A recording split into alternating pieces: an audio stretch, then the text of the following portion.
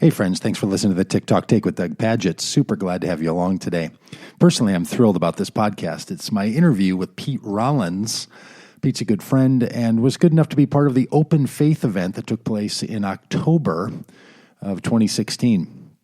As a part of that event, we had video presentations, and Pete and I did this video recording. And these videos are going to be released out in public with sponsorship of our conference sponsor, Christian Theological Seminary. Great people. I'll tell you more about that in coming weeks as I'm part of helping to design a Masters of Divinity program with them for good people like you to continue your learning or to earn a master's degree. But anyway, they were good enough to sponsor the videos. And you're going to be able to see those. But for now, because you're listening to the TikTok Take with Doug Pagitt, you get the audio version of this. And so I'm really glad that you're going to have a chance to listen to this really, what I think is a fun and inspiring conversation with Pete. It's also the Wednesday of October 19th, and today's the final presidential debate between the future president of the United States, Hillary Rodham Clinton, and Donald Trump. Now, for those of you that are listening to this, either after the debate or better yet, after the election altogether, this will just seem like a long, dark nightmare has finally ended. But for those of us in the middle of it, I'll just tell you, there's so much I've wanted to do with the TikTok Take with Doug Pagitt around this election, and I've chosen not to. I chose not to do any podcasts, any of my take on this, because it just, first of all, would consume all of my time.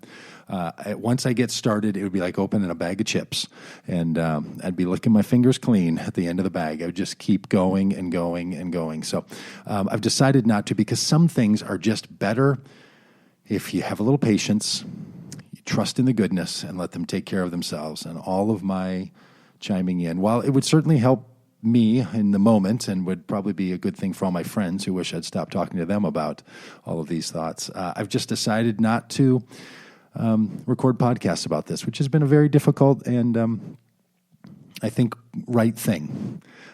So anyway, you're going to get to hear Pete Rollins today. For some of you, maybe that'll feel like a break from all this crazy politics stuff. We're going to start the TikTok Take today with a song. As you know, I like to do not just one theme song for the show, but I like to do a theme songs of different songs that I'm listening to and thinking about and songs that I like. This is one by someone named Peter Bradley Adams. It's a song called Hey Believers. It's off of his album, The Mighty Storm. This is the only song I know by Peter Bradley Adams. I don't know him, but I heard this song on an Apple Music playlist and I really liked it and got the song and thought I'd share it with you. I think it's a very vibey sort of song, singer-songwriter style, that kind of thing. I think the lyrics are really great, so it's worth a listen to a couple of times. And then, 35, 40 minutes with Pete Rollins and I chatting about all kinds of good things. So thanks for being a part of the TikTok Take with Doug Pagitt. Thanks for sharing this podcast around. If you like it, let me know on Facebook or on Twitter or over on Instagram or Snapchat, any of those places. And if you do like it, also go to wherever you get your podcasts and give us a good rating over there. It really helps for us to know, but also for the systems that put out the podcast to be able to share these kinds of things. So thanks for being a part of the show, and enjoy first Hey Believers and then Pete Rollins.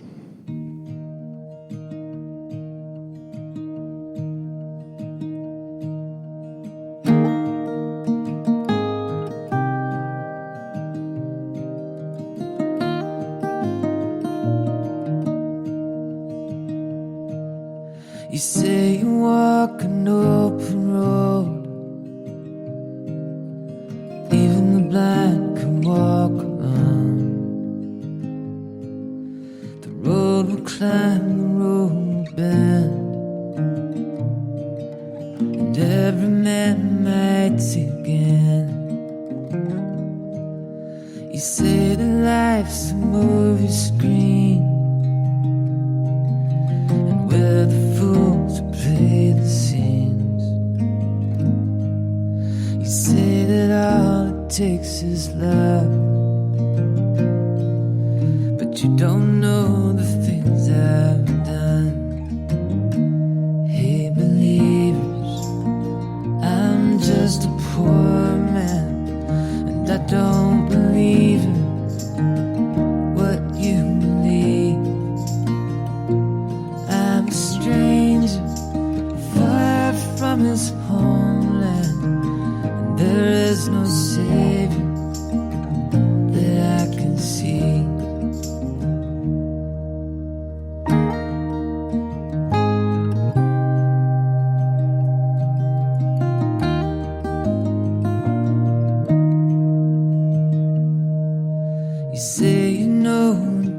destiny.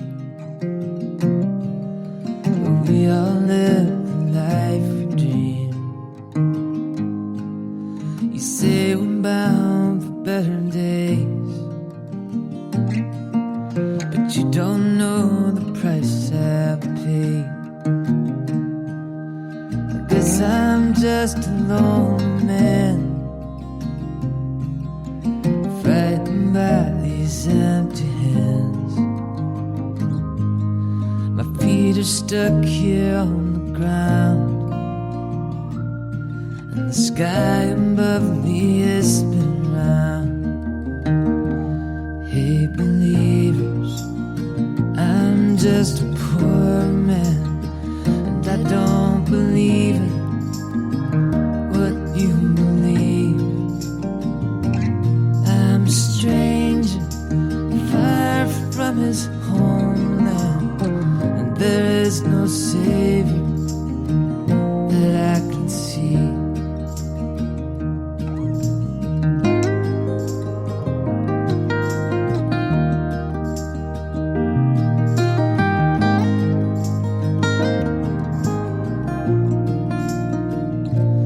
I'm a stranger, far from his homeland, and there is no savior that I can see.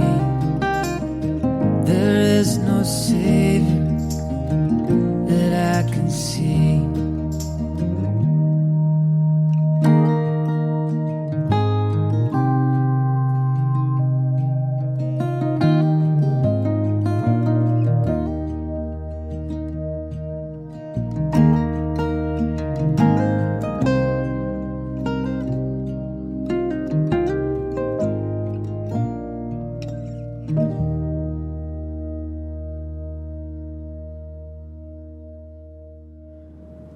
All right. Hey, Pete, thanks for being part of the Open Faith event.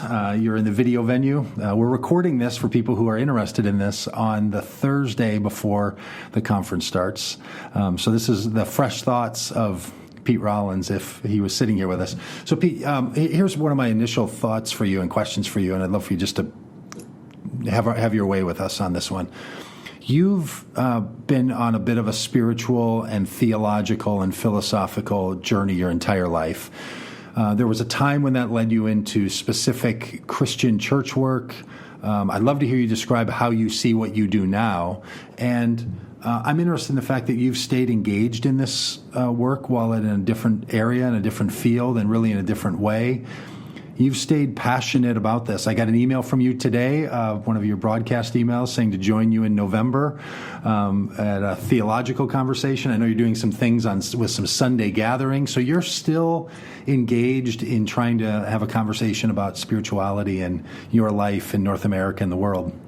So just tell us a little bit about that and why you're still in it and how you see it now. And tell us as much about how you saw it in the past. But how are you thinking about it now? Yeah, it's true. I mean, I actually got involved in what you would call, Christianity as a belief system when I was 17. So I kind of didn't grow up in it, but I entered into it in my late teens and, remained very committed to exploring that world right up to the present day. And you're right, like my first book, How Not to Speak of God, was very much me engaging with the mystical tradition of Christianity. And in many respects, I see that as the first step in getting to where I am today. I was engaging with the mystics because I've always felt that Christianity is not primarily a belief system. It's not to do with your conscious beliefs about the world, about the existence of God, the deity of Jesus, or anything like that. It's about a mode of life. It's about a way of engaging with the world, and the word faith, connects with that. So my very first book was about saying doubt, ambiguity, and complexity are part of faith, and if we let them do their work, they can bring us to a deeper understanding of faith. So you bring up this idea that you don't think it's about a way of thinking or about a belief system, but you spend any time around Pete Rollins' ideas, and people feel like you're the ultimate idea guy, right? Like like you write these philosophical books, right? Or many of us have heard you present on videos or live, and it seems from the outside like you are deeply in the philosophical tradition, and for a lot of people that means a belief system or changing your way of thinking. But it doesn't sound like that's how you see it necessarily. You feel like, sounds like you feel like you're up to something different than that. Yeah, I mean, this is kind of complicated because philosophy at a certain point in history, really around the 19th century, became anti-philosophy. So you have Kierkegaard. Here we go. Okay. Freud. Yeah. So walk people through this who don't know that, who feel like they're like, I bet there's a lot of people who are just like, I read Pete, I don't know if he's making sense or if he's supposed to or if he's just playing with my mind. So even though it's complicated, I mean, help a lot of us out here. Absolutely. Well, let's get into it. Well, let me first of all say this. I'm very much in a tradition of thinking that says that we actually don't know what we believe. Now, in the West, people think that they know what they believe. I mean, the three things people say about belief is, I know what I believe, I think that it couples with reality, and I want to share it with other people. So you get that in a common way. I know what I believe, I think it connects with reality, and I would love to share it. But in the existential and psychoanalytic traditions, the idea is we're not transparent to ourselves, that actually we don't know what we believe. There's people who think that no one of the opposite sex likes them, or there's people who think that they're horrible and they couldn't love themselves. Or there's people who don't believe in ghosts until the lights turn out at night, and then they think there's something under the bed. Honestly, this is true. People who don't believe in the supernatural, but as soon as they're alone, they think there's something in the cupboard. Right?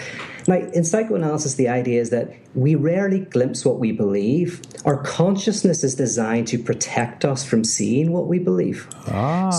So you might be out at a nightclub talking about your work and talking about how great you are, right? And so people think you're full of yourself.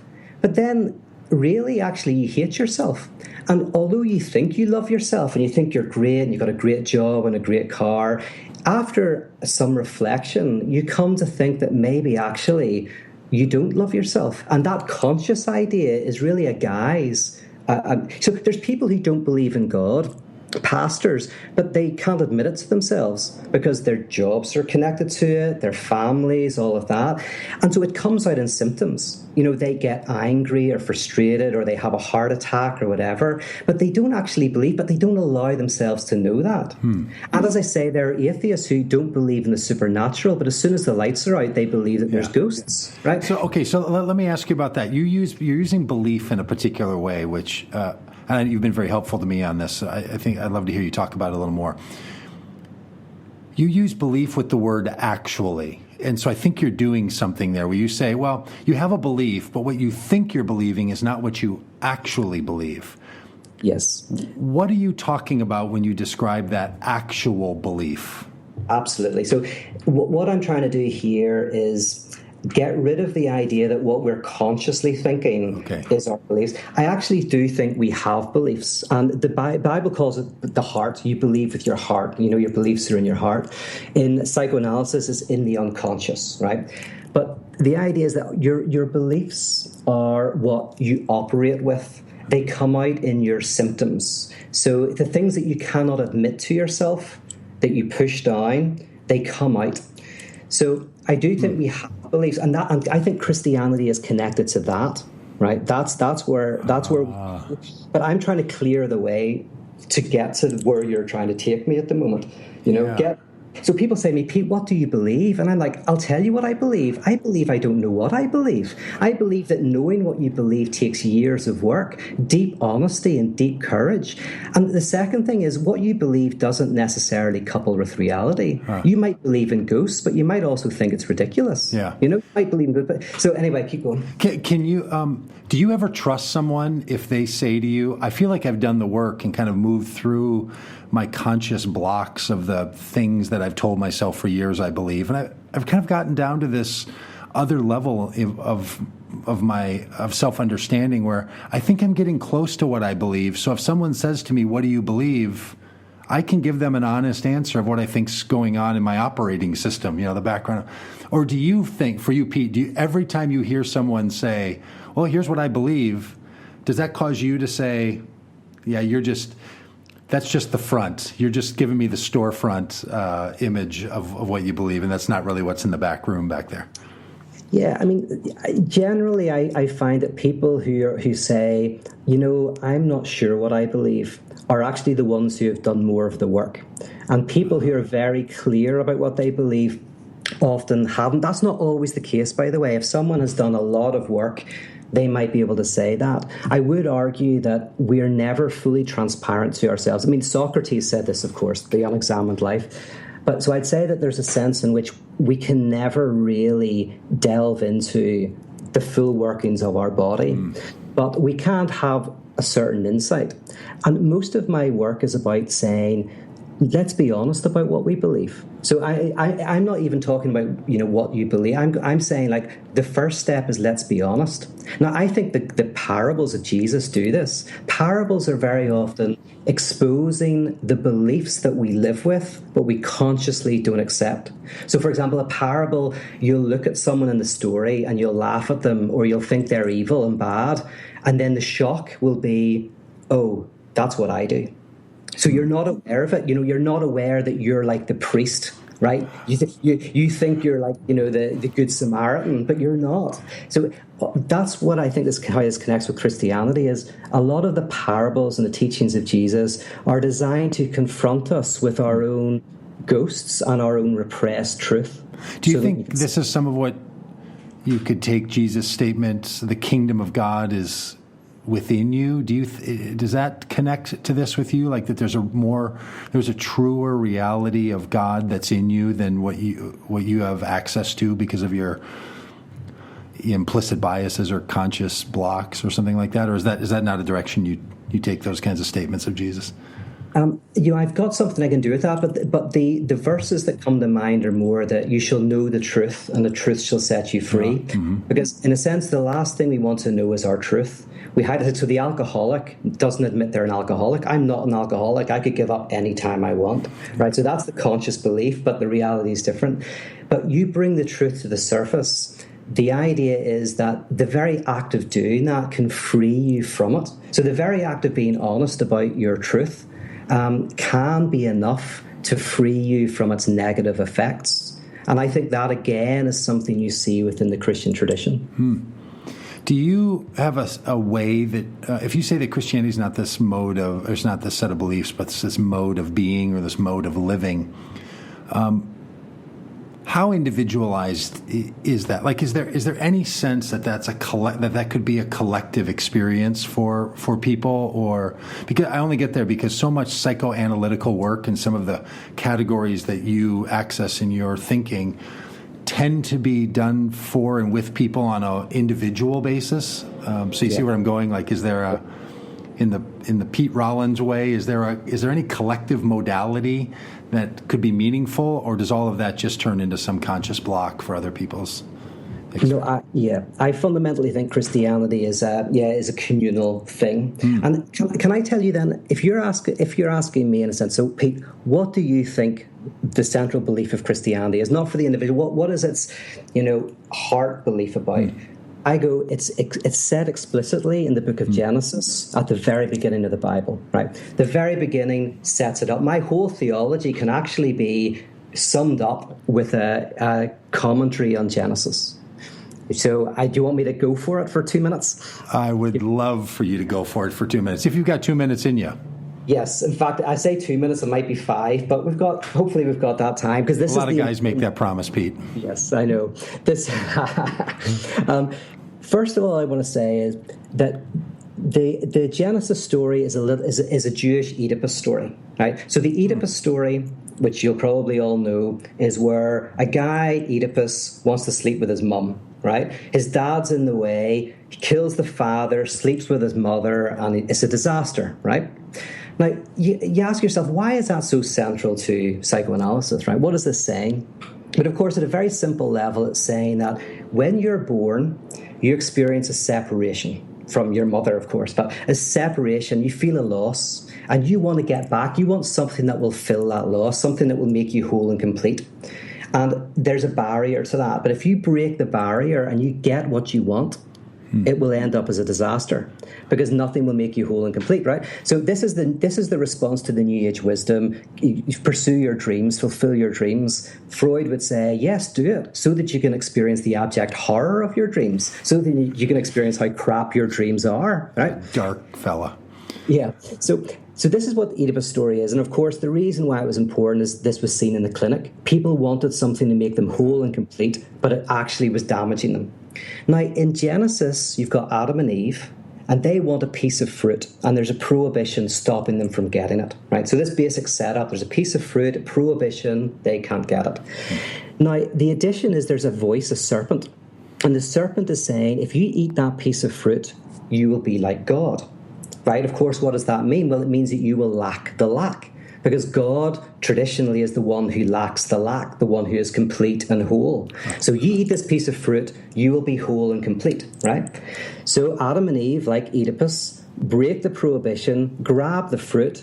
It's not a blessing, it's a curse, and everything falls apart. Right? Now, my argument is that what in theology, the serpent is the devil. You know, the devil is the voice that says, you do X and you'll be whole and complete. Now, in psychoanalysis, it's called the superego. The superego is the inner voice that says, if you have enough fame, have enough sex, go out with the right person, do this, then you'll be good, right? Now, the problem is the superego, you think that you have to obey that voice and then everything will be good, but that is the devil. That voice is what makes you unhappy, frustrated, and all of that. What you have to do, and theology says, is crush the serpent's head, which means destroy the superego injunction to be complete, and then you will be whole. Now, in traditional theology, the serpent is God, because God is the one saying you can be whole and complete. You know, you can either in heaven or, you know, say the right prayers or whatever. The piece of fruit is kind of the kingdom of God in heaven. So you have God saying you can be whole and complete in heaven or by saying the right prayers, right? Radical theology says, no, the serpent, what traditional theology calls God is the serpent, right? And the kingdom of God, the piece of fruit, that is an illusion. And really, the real message of theology is to forgive, not pay sin. Sin means lack, right? Gap. So not to pay the lack, not to fill it. Because if you pay a debt is a lack, you know, a lack of money. If you pay a debt, you fill the debt with money. If you forgive a debt, you don't pay it, you render it nothing, right? Yeah. So the idea in traditional theology is you pay the debt, you fill the lack that you feel as a society or individual with God. Radical theology says, no, you forgive the debt. The lack that you are is nothing. You kill the voice that says you have to do X, Y, or Z to be whole and complete. And you embrace doubt, unknowing, complexity. You embrace the mystery of existence and you live within it. And that's salvation. So when a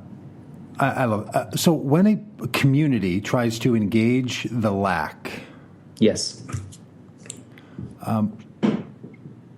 What does that look like? Like, that feels like it's got to be something different than how a lot of us have thought about putting together communities of any variety. They could be action-oriented communities, they could be faith-oriented communities, they could be contemplative communities, they could be service communities. Yes. They all seem like they're trying to address a lack. So what would people do? Like, maybe you do this, I don't know, maybe you do this with some people. What do you do as a communal collective mind the gap? Yeah. Well, by the way, the name for this, of course, is grace. Grace is you're accepted as you are. You don't need to do anything. So grace is the acceptance that you're accepted, as Paul Tillich says. It's not just that you're accepted, you accept that you're accepted. You feel that acceptance in your being, right? So grace is the opposite of this frenetic pursuit to fill the lack. But then, yes, you're asking, so what happens and how do you do stuff? If you're not acting because you want to fill some lack, why do anything at all, right? Yeah, or what do you do? Yeah, exactly. Well, this is where, I think Camus helps us with theology. Because Camus says the conservative is the one who steps back and tries to conserve the world as it is, right? The revolutionary is the one who imagines a new world, politically, culturally, religiously, individually, and they want to have it. They think that a utopia, if I can get that new world, I can fill the lack, I can feel complete and whole. Camus rejects both of these. He says they're both basically the same. They both think that there's a way of, just one's a renouncing the world, and the other is, I think we can, I can be whole and complete. Yeah. But then Camus says there's a third figure. The third figure is the rebel. And the rebel is different from the revolutionary because the rebel is not trying to fill the lack. The rebel changes their relationship to the lack. They no longer think it's a problem, they enjoy it. They act. So, for example, take my first book, How Not to Speak of God. Doubt was the issue there, right? Doubt is a lack of knowledge, so doubt is a lack. And I was trying to say that within evangelicalism, doubt was seen as negative, and we had to get rid of it. I just said, no, we just have to change how we look at doubt. Doubt can be something really positive that we can enjoy, that can make us do something wonderful. Yeah. So the ultimate rebel is, of course, James Dean. And James Dean says, whenever someone says, what are you rebelling against? James Dean says, what do you got? Right? It's like, there's no end. Is that true? Is that really a James Dean quote? Because that's awesome. What do you got? Yeah. It's like, there is no end to the rebel, because the rebel doesn't fantasize some state where the kingdom of God exists. The kingdom of God is always still to come. It's always still to arrive. Now, and so what that means practically is you are as active in the world as the revolutionary. But the rebel is never, they take the lack, and instead the revolutionary feels that as a bad thing. The rebel says, brilliant, life is incomplete. We don't know everything. We're always fighting and changing, and they enjoy that. I could see some people, based on their temperament or sort of their personality, feeling like those people are a total pain in the ass to be around. Like, they're hard to live with, right? They're unsatisfiable. They're unsatisfying. How does a community do that? Or what are your suspicions when people are at different places, right? They're still chasing the apple, and they don't know that that getting the forbidden fruits was truly a temptation, right? Yeah. It wasn't a promise; it was a temptation. But you have another person who's feeling like, hey, I don't want to solve the problem that I feel right here. I want to live with it and know that. How does a person in a relationship or in a 5-person community or a 500-person community, how do people live with each other like this when they're... Yeah. Now, the difference, by the way, between the revolutionary and the rebel is the revolutionary is dissatisfied, but the rebel is satisfied in their dissatisfaction. Now, take football as an example. I don't understand football because nobody wins. I mean, nobody ultimately wins. People win games, but nobody wins the football, which I'm guessing they're playing for. There's the Super Bowl, but then it goes on year after year. There's no Super Duper Bowl. Mm-hmm. It would make sense to me if one person won. One year we have the Mega Bowl, somebody wins football, and then we stop it. And then we move on to a different game, right? But then somebody who's a friend of mine said to me, you don't understand. The pleasure is not in winning the ultimate game. The pleasure is being with your team through thick and thin, being with them and they're always losing, knowing the story of all the players, right? In other words, the pleasure of sport is not in the ultimate win. It's in the process itself. That is my analogy, that the rebel enjoys the activities, the low times, the high times, the good times, the bad times. They're not crushed by the lack. They're not fantasizing that when they get the BMW, they're going to be happy, or the $10 million, or whatever it is that they think could be stamps and stamp collecting, right? Because why do people collect? I mean, one of the reasons why people are obsessive and collect is because we want to fill the lack within ourselves. So we collect all the magazines, but then what's the one thing we realize when we get the last magazine? We realize the lack is not in the magazines, but it's within ourselves, right? So we're always trying to get rid of that. But the rebel enjoys it. And what that looks like in practice then for a community is they get involved in social justice and social action. They get involved in maybe trying to help the planet, not because their final joy will be when the planet is saved. It's they get the joy out of the very activity itself. Is it possible that any one of us is a conservative and a revolutionary and a rebel in different areas of our lives? Like, rather than it being a sort of all in that people are like, when it comes to this part of my life, I'm really comfortable living in the doubt. But in these other areas, so I do it well with money, but I don't do it well with hurt feelings. Or I really do it well with my family, but I can't seem to figure out how to do it with my spouse, or this broken-hearted love affair that I can't get. That rather than seeing ourselves as one of the three, that somehow we manifest all of them, and when we get community together, we can bring all of our shared rebellion out, and we sort of we borrow each other's rebellion in some way. I think you're absolutely right. My only concern is that we don't paint Christianity as either conservative or revolutionary. We paint it as rebellious, and so I think you're absolutely right. We have to also have grace with ourselves that for most of the time we are not the rebel. Yeah. The only difference is I don't want us to see Christianity as one or the other. And this is ultimately, this brings us into a different topic, but Christianity is ultimately a religion of the absurd. It is ultimately a religion that smashes all of our ideas. It smashes all of our understandings of the world. So, and when I say that the Christianity is rebellious, connected to that is the claim that Christianity is absurd.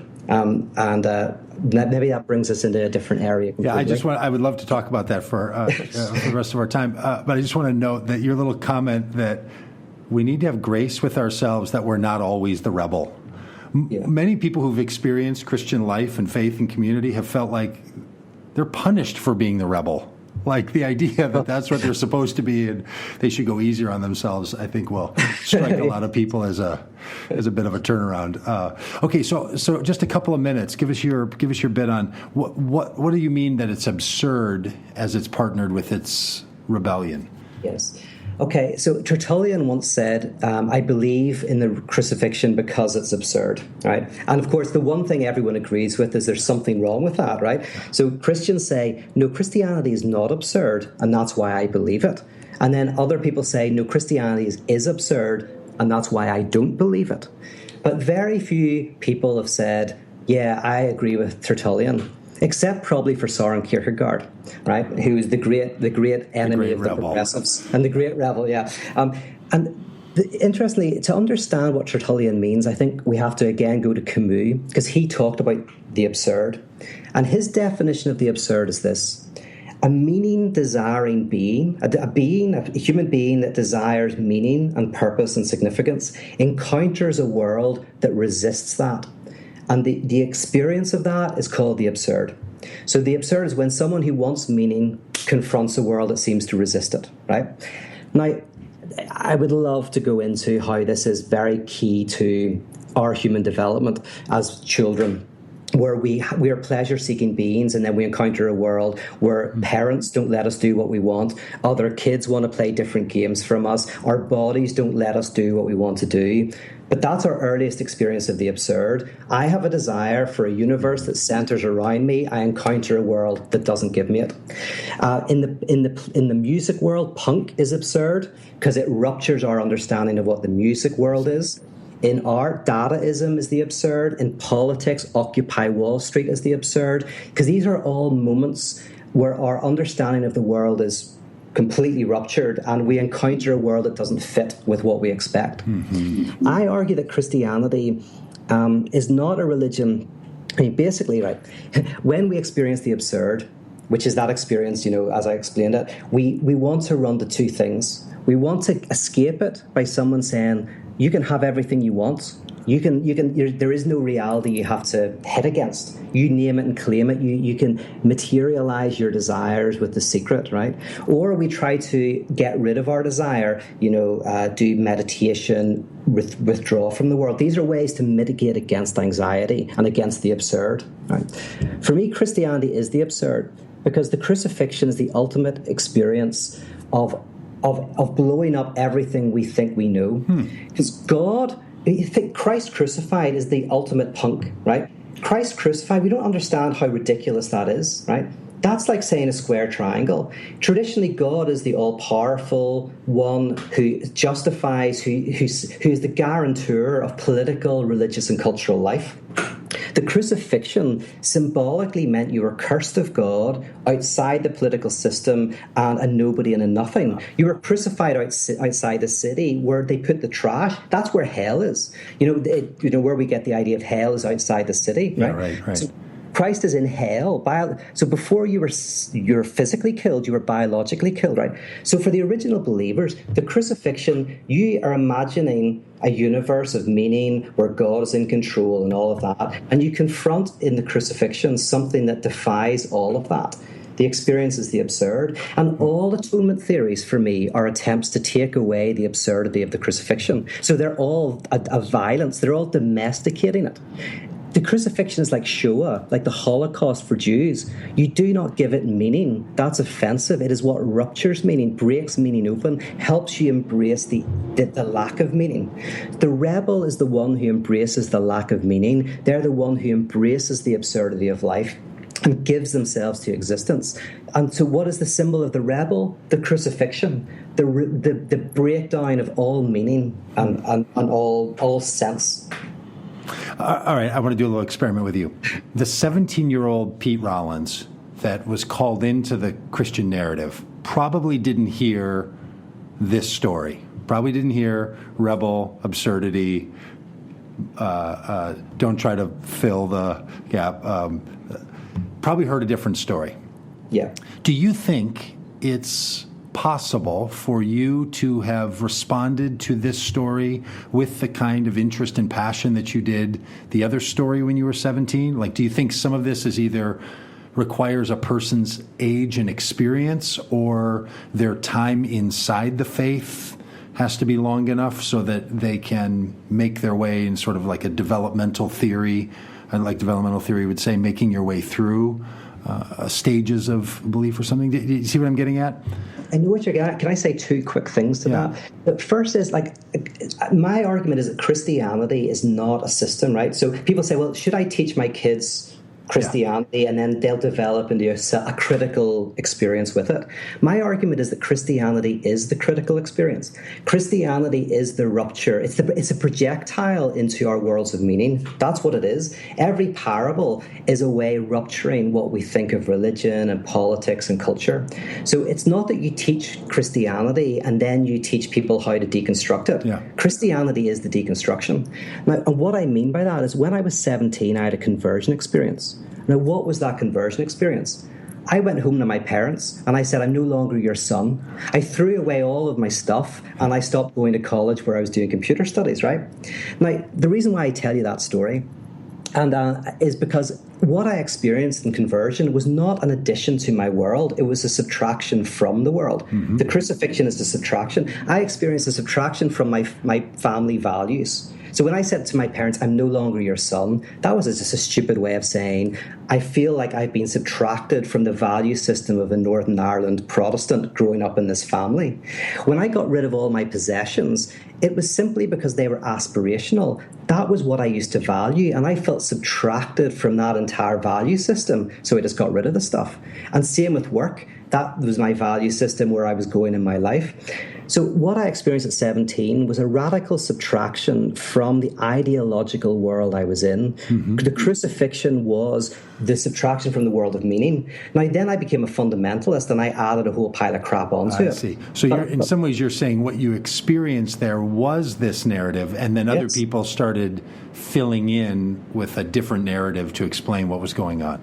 Exactly. So try to domesticate the conversion and experience. You've been trying to get back to that first summer of whenever that was, 1989 or something. Everything I do is an attempt to get back to what that experience at 17. Everything. I have the same narrative, the same story. We've never talked about that. That's very interesting. There's something in that, I think, for people, that there's some... For all this stuff about, that you can't go home or you can't go back, there's something that marks us in our original experience of faith that, and this is why I'm a big advocate for later conversion, and think it's probably better just not to tell kids anything and let them get into Christianity when they're 17 or 18. It was my experience. But I just think it's a really different thing than when someone has only experienced Christianity as an add-in, as a benefit giver, and there was never that sense of change or turnover. And genuinely, and this is a big thing for me. I really want to be strong in saying that for me, the name Christianity for me does not name an identity or worldview or system. I call that Christendom. Well, Kierkegaard called that Christendom, so we'll call it Christendom. Christianity is the radical subtraction from the sacred object that I talked about in Genesis. The idea is something will make you whole and complete. Christianity is the freedom from the idol, where you can be whole and complete, the embrace of the absurd so that you can become a rebel. Christianity is punk. That's it. I know this is going to ask you to do something that you may resist. We only have a couple minutes left, but in the 1980s, when I was a teenager and people wanted to get into punk because something matched in their hearts what they saw in that experience, yeah. There were places to go. There were clothes to wear. There were songs to listen to. There were groups to hang out with. If somebody wants in their life, like they're hearing you right now, they're like, oh, this just yes, right? They've you here, right? There's yes, right? And they want. What could someone do? What? Like I know you know this isn't your responsibility to tell people how they ought to punk up their life, but. What are the kinds of things they could do here? Okay, yeah, I'll give you one very quick example. I'm arguing that basically the secular world, more than the sacred world, but this church as well, is offering wholeness and completeness. I live in LA. Every corner's got a prophet offering wholeness and completeness if you take ayahuasca, if you get fame, if you get money, if you do the 12 steps, if you join Scientology, right? So there is this sacred and secular demand, tyranny of happiness, the tyranny of wholeness, right? And what we do is we repress the lack. We try to we listen to the serpentine voice and we try to be whole and complete. And then what happens is we have symptoms. We get outbursts of anger, or we cry for no reason, or we get bad backs or fatigue or migraines, whatever, that are speaking a truth that we cannot admit to ourselves. My first piece of advice to people is listen to your body and listen to your symptom, because your symptom tells you a truth that you cannot speak. It tells you about a lack that you're running from.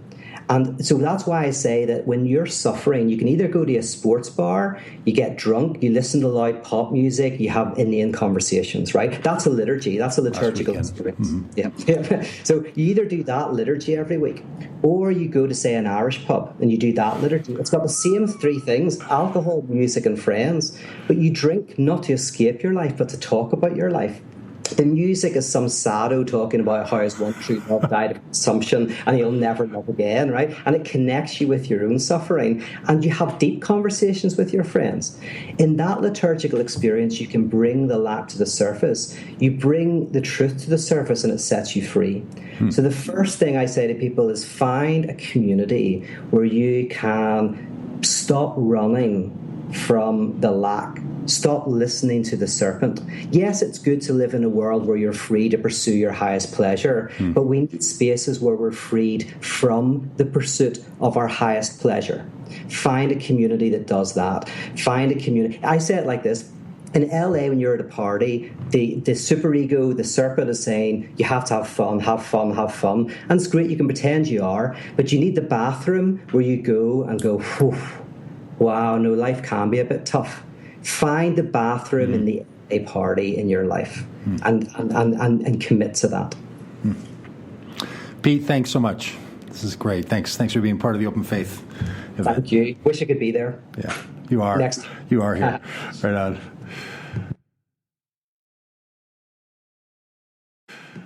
All right, there's my fantastic conversation with Pete Rollins. Hope you enjoyed it. If you don't know Pete already, find him on the internet and let him know that you appreciated him being on the show. And thanks for listening. Talk to you in a week.